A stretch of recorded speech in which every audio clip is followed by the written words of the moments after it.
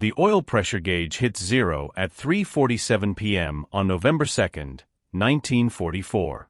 Black smoke pours from the cowling of Charles McConnell's P-51 Mustang, and the Merlin engine begins its death rattle, metal grinding against metal in a scream that every pilot knows means one thing: you're out of time. 90 seconds. Maybe less. That's all he has before the engine seizes completely and his fighter becomes what pilots call a glider with the aerodynamics of a brick. He's 200 miles deep in enemy territory over Czechoslovakia. No friendly airfields within reach. No options but one: roll the plane inverted and drop into the freezing sky below. Charles McConnell is a dead man flying. After the bailout, transition to the cold reality on the ground. Paint the picture. McConnell is alone in a frozen forest, 200 miles behind enemy lines, with nothing but a sidearm and 7 rounds. This is where you introduce the brutal mathematics of survival. 77% of downed pilots in this theater never make it home. They're captured, killed, or they vanish into unmarked graves in the woods. But McConnell isn't like most pilots. He's been flying since he was 15 years old, taught by a crop duster back in Union Springs. And he's about to do something that will rewrite the playbook for survival in the European theater. In 4 days, half-starved and frozen, he'll infiltrate a German airfield in the dead of night. He'll steal a Focke-Wulf FW 190, one of the deadliest fighters in the Luftwaffe arsenal. And despite never having touched German controls, despite not being able to read a single word on the instrument panel, he'll fly that enemy warbird 300 miles back to Allied lines. The enemy shot him down. So he stole their plane and flew it home. Charles McConnell learned to fly the way most kids learn to ride a bike, through sheer stubbornness and a complete disregard for the possibility of getting killed. He was 15 years old when he walked up to old Buck Henderson's crop duster at the Union Springs airfield and offered to work for free if Henderson would teach him to fly. Henderson, a leather-faced veteran of the barnstorming circuit, took one look at the scrawny farm kid and laughed. But McConnell showed up every morning at dawn anyway, hauling fuel drums and patching fabric on the wings until Henderson finally gave in. The first lesson lasted exactly 4 minutes before Henderson had to grab the stick and save them both from a stall that would have turned the steerman into scrap metal. But McConnell came back the next day. And the next. He had the kind of hunger that couldn't be taught, the kind that made him sleep with flight manuals under his pillow and practice rudder movements while sitting on hay bales in his father's barn. By 16, he was soloing. By 17, he could land a taildragger in a crosswind that would send most licensed pilots back to the hangar. Henderson started paying him to dust crops, and McConnell would fly so low over the cotton fields that farmers swore they could see the concentration on his face as he threaded the biplane between telephone poles. He logged 240 hours before he ever set foot in an Army Air Force's recruiting office. When the recruiter asked if he had flying experience, McConnell just slid his logbook across the desk, pages dense with entries, oil-stained and dog-eared from being carried in the cockpit of Henderson's duster. The recruiter flipped through it, eyebrows climbing higher with each page, then looked up at the 19-year-old standing in front of him. "Son, you've got more stick time than half our instructors." 3 months later, McConnell was at advanced flight training, running circles around cadets who were still white-knuckling their first landings. But the instructors noticed something else too, a recklessness that came from learning to fly outside the boundaries of military discipline. Where the manual said maintain 1,500 feet, McConnell saw a suggestion. Where it said break off engagement above 5,000 feet, McConnell saw a challenge. He graduated near the top of his class and earned his wings, but his fitness report included a note that would follow him across the Atlantic: exceptional natural ability. Tendency toward over-aggressive flying. By November 1944, McConnell had 11 confirmed kills and a reputation as the kind of pilot who would chase a Messerschmitt into the treetops just to prove he could. His squadron commander had dressed him down twice for unauthorized low-altitude pursuits. Some called it fearless. Others called it stupid. But on that frozen November afternoon over Czechoslovakia, with his engine dying and 200 miles of enemy territory below him, all those years of flying by instinct, of landing in impossible places and coaxing beaten aircraft to do one more impossible thing, were about to become the only reason he'd survive the next 4 days. McConnell's first kill wasn't supposed to happen at all. It was September 1944, his third mission over France, and the briefing had been clear: escort the bombers to the target, maintain formation, and don't go chasing ghosts. But when a lone Bf-109 appeared below them at 8,000 feet, already trailing smoke from what looked like flak damage, McConnell saw an opportunity. He broke formation without a word. The Messerschmitt pilot spotted him immediately and dove hard, pushing his damaged aircraft toward the deck in a desperate bid to lose the American in the ground clutter. Most pilots would have let him go. A smoking enemy fighter limping home wasn't worth the risk of controlled flight into terrain. But McConnell had spent years flying 20 feet above Alabama cotton fields, and he followed that 109 down like a hound after a fox. At 500 feet, the German pulled a hard left, trying to use a tree line for cover. McConnell cut inside the turn, his wingtip clearing the poplars by what couldn't have been more than 10 feet. At 200 feet, he had the shot. A 2-second burst from his 6.50 calibers and the Messerschmitt came apart, cartwheeling into a field in a spray of dirt and burning fuel. McConnell pulled up, adrenaline singing in his veins, and radioed his position. He expected congratulations. What he got was a terse order to return to base immediately. The debriefing didn't go well. "You broke formation." His squadron commander, Major Hartley, wasn't shouting. That somehow made it worse. "You pursued a single damaged aircraft down to the goddamn treetops. You lost sight of your wingman. You violated minimum altitude protocols. And you did all of this without clearance." McConnell stood at attention, jaw tight.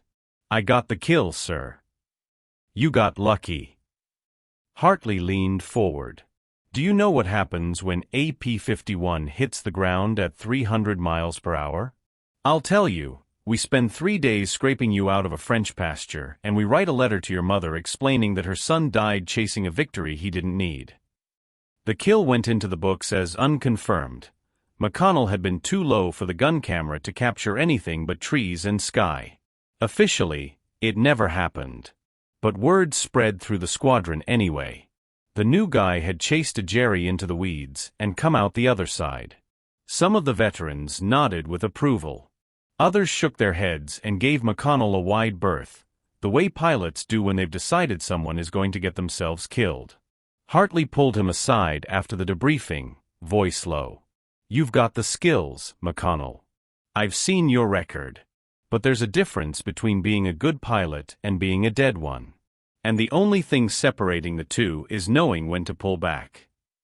McConnell nodded, said yes sir, and meant it in the moment.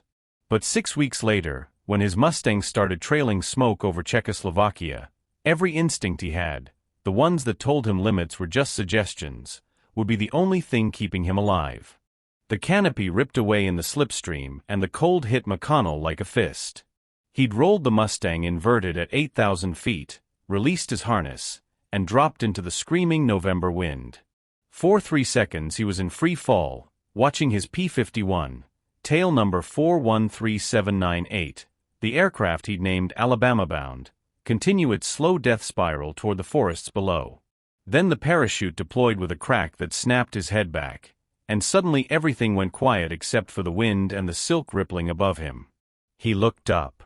White canopy, fully deployed, no tears. He looked down. Miles of dark forest in every direction, already dusted with early snow. To the east, he could see the village where the flak battery had opened up on him, a cluster of gray buildings sending up thin trails of smoke.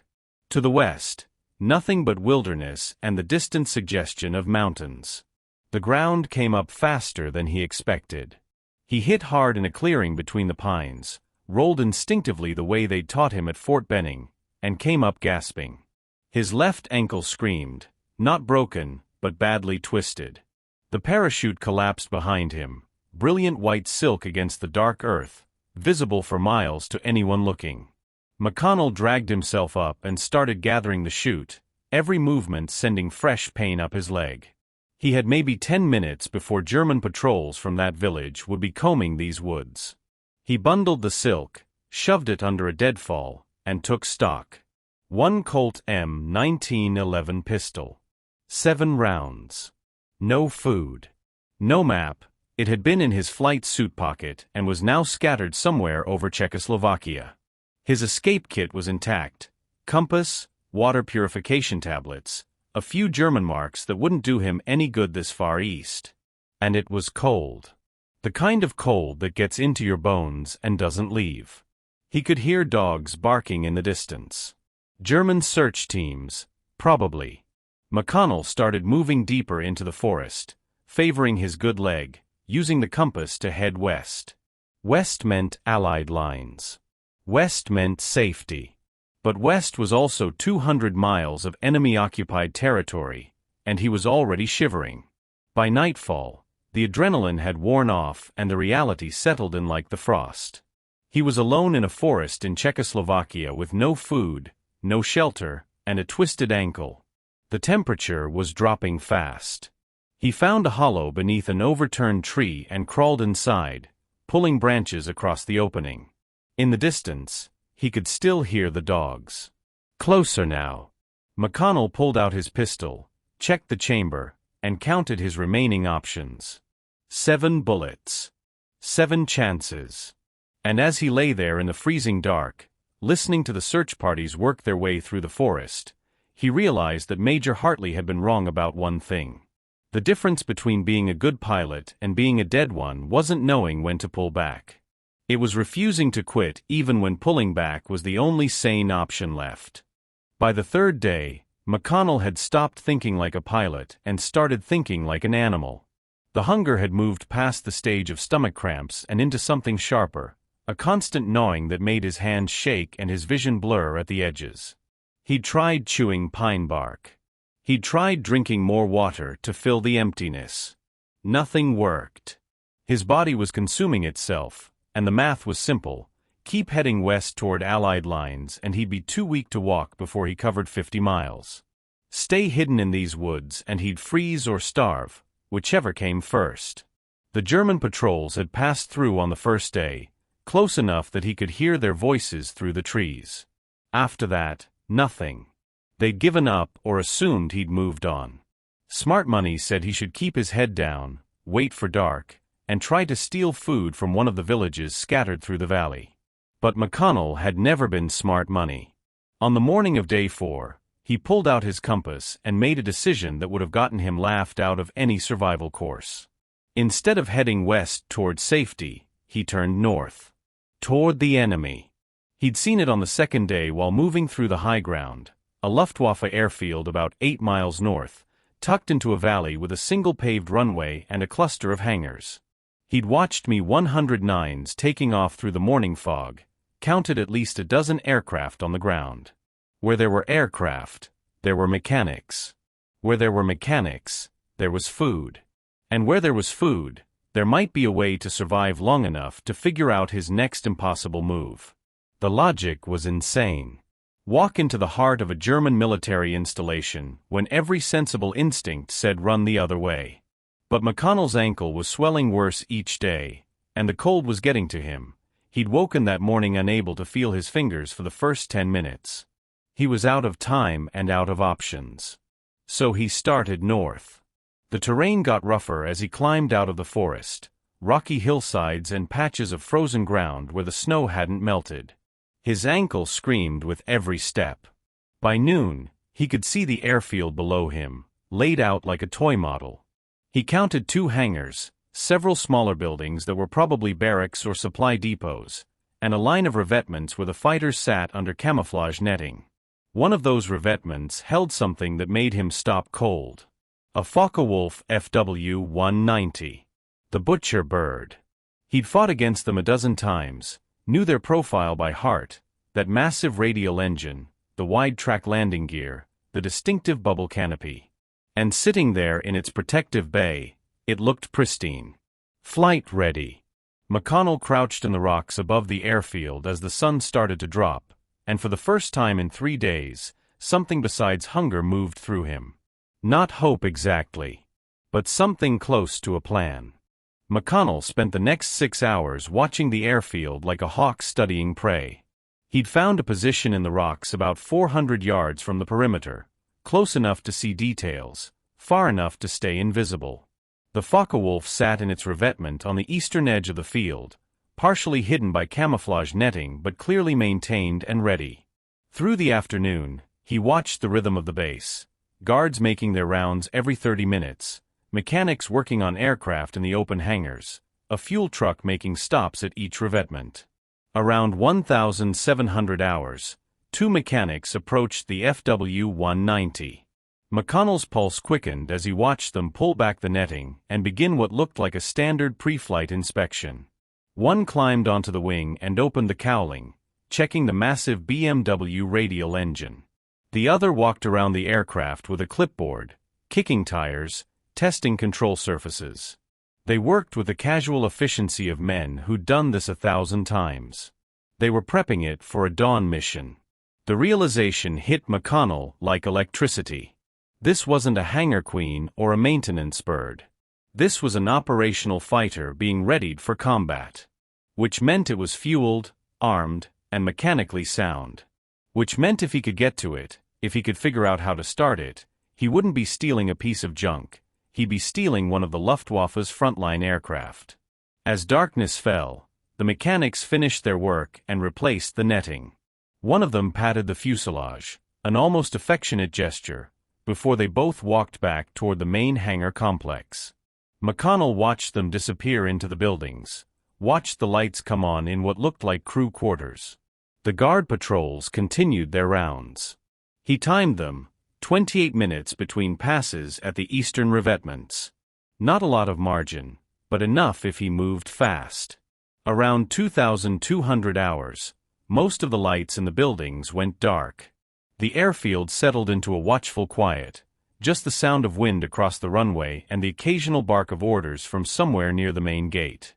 McConnell checked his pistol, still 7 rounds, though he knew that if he had to use it, he was already dead.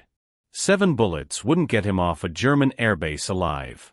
He waited another hour, letting the cold seep deeper into his bones, watching the guard patterns until he could predict them with his eyes closed. The next patrol passed the FW-190's revetment at 2,317 hours. McConnell counted to 60, then started down from the rocks. His ankle protested with every step, but the hunger and the cold had been replaced by something sharper, the crystalline focus that came from committing to a plan so audacious that thinking about it too hard would make you stop. He reached the perimeter fence at 2,330 hours. The wire was old, rusted in places, and he found a section near a drainage culvert where he could slip through without cutting anything. By midnight, Charles McConnell was standing next to the Focke-Wulf FW-190, his hand on the wing, staring up at the cockpit of an aircraft he'd never flown. McConnell pulled himself into the cockpit at 0300 hours and immediately understood how badly he'd miscalculated. The instrument panel was a nightmare of Gothic script and unfamiliar layouts. Where his Mustang had clean, logical English labels, oil pressure, fuel, RPM, the FW-190 had dense German words in the old Fraktur typeface that looked more like medieval manuscripts than aircraft instruments. Kraftstoffensiege. Kohlwassertemperatur. Leiddruck. He couldn't read a single word. His hands moved over the controls in the darkness, trying to build a mental map through touch alone. The stick was where it should be, positioned between his legs. Throttle on the left side, but heavier than the Mustang's, built for the massive radial engine. Rudder pedals under his feet. These basics were universal. Aircraft designers on both sides of the Atlantic had figured out that certain things just worked better in certain places. But everything else was alien. The ignition system alone was baffling. Instead of a simple key and switch, there was a complex arrangement of levers and buttons on the left side panel, each one labeled in that incomprehensible German script. He'd watched mechanics start FW-190s from a distance during combat landings, knew it involved an inertia starter that had to be wound up manually, but the specifics were a mystery. McConnell ran his fingers across the gauges, trying to decode them by position and logic. The large circular dial at the top center had to be the airspeed indicator. That placement was standard. The one below it, probably the altimeter. But fuel? Oil pressure? Engine temperature? He was guessing, and guessing wrong at 300 miles per hour could kill him just as dead as a German bullet. He found what he thought was the fuel selector, a lever with multiple positions and Gothic labels he couldn't parse. One position had to be off, another main tanks, maybe a third for reserve. Choose wrong and the engine would die 30 seconds after takeoff. Choose right and he might actually get airborne. The gun controls were marked with a red safety cover. At least that was universal. If it's red and covered, don't touch it unless you want to start shooting. He'd leave those alone. Outside, he heard voices. German. Close. McConnell froze in the cockpit, hand instinctively moving to his pistol, but the voices passed by, just 2 guards on patrol, their conversation fading toward the hangars. He forced himself to breathe and went back to studying the panel. He had maybe 2 hours before dawn, before this bird was supposed to fly its scheduled mission, before mechanics would come back and find an American pilot sitting in their cockpit. 2 hours to memorize an instrument panel he couldn't read.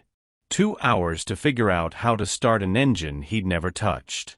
2 hours to learn to fly an aircraft that had been built to kill him, using nothing but instinct, logic, and the kind of reckless confidence that had gotten him reprimanded twice and nearly killed a dozen times.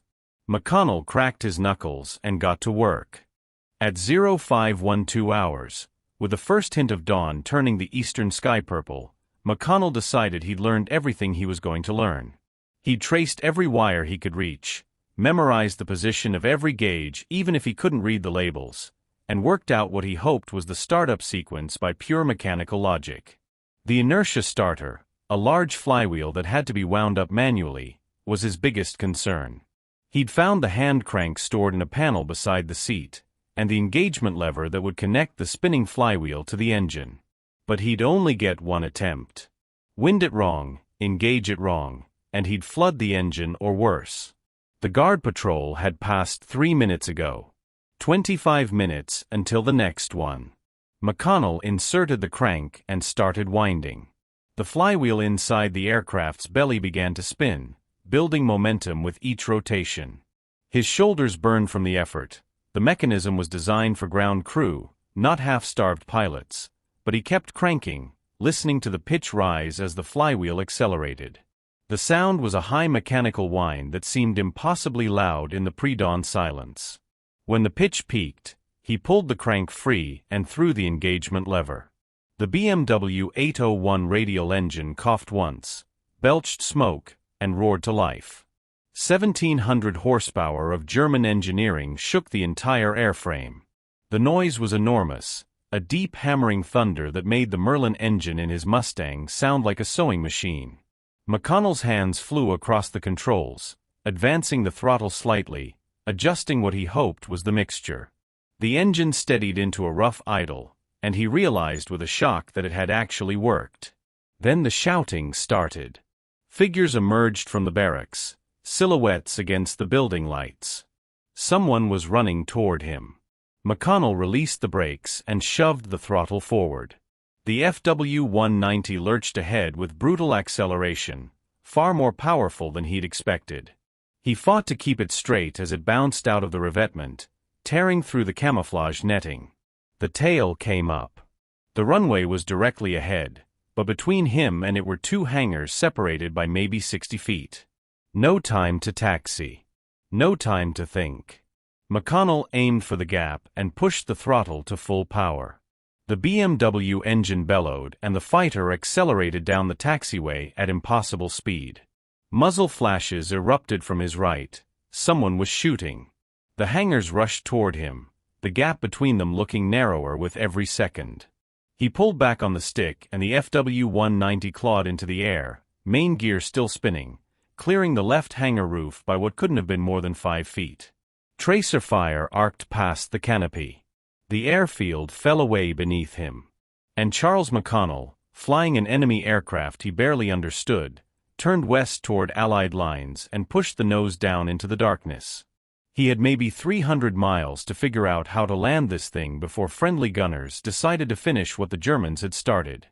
McConnell kept the FW-190 low, 20 feet above the treetops, using the terrain to mask himself from German radar stations. The Focke-Wulf handled nothing like his Mustang. It was heavier, more brutish, with control forces that required real muscle. But it was also powerful in a way that was almost intoxicating. The big BMW radial pulled the fighter through the air like it was angry, and McConnell found himself compensating constantly for the torque that wanted to roll him left. He crossed into what he hoped was Allied-controlled France just after 0600 hours, keeping the rising sun on his right. The relief lasted exactly 30 seconds. That's when the first burst of anti-aircraft fire came up at him. Orange tracers arced from a position near a small village, stitching the air 50 yards to his left.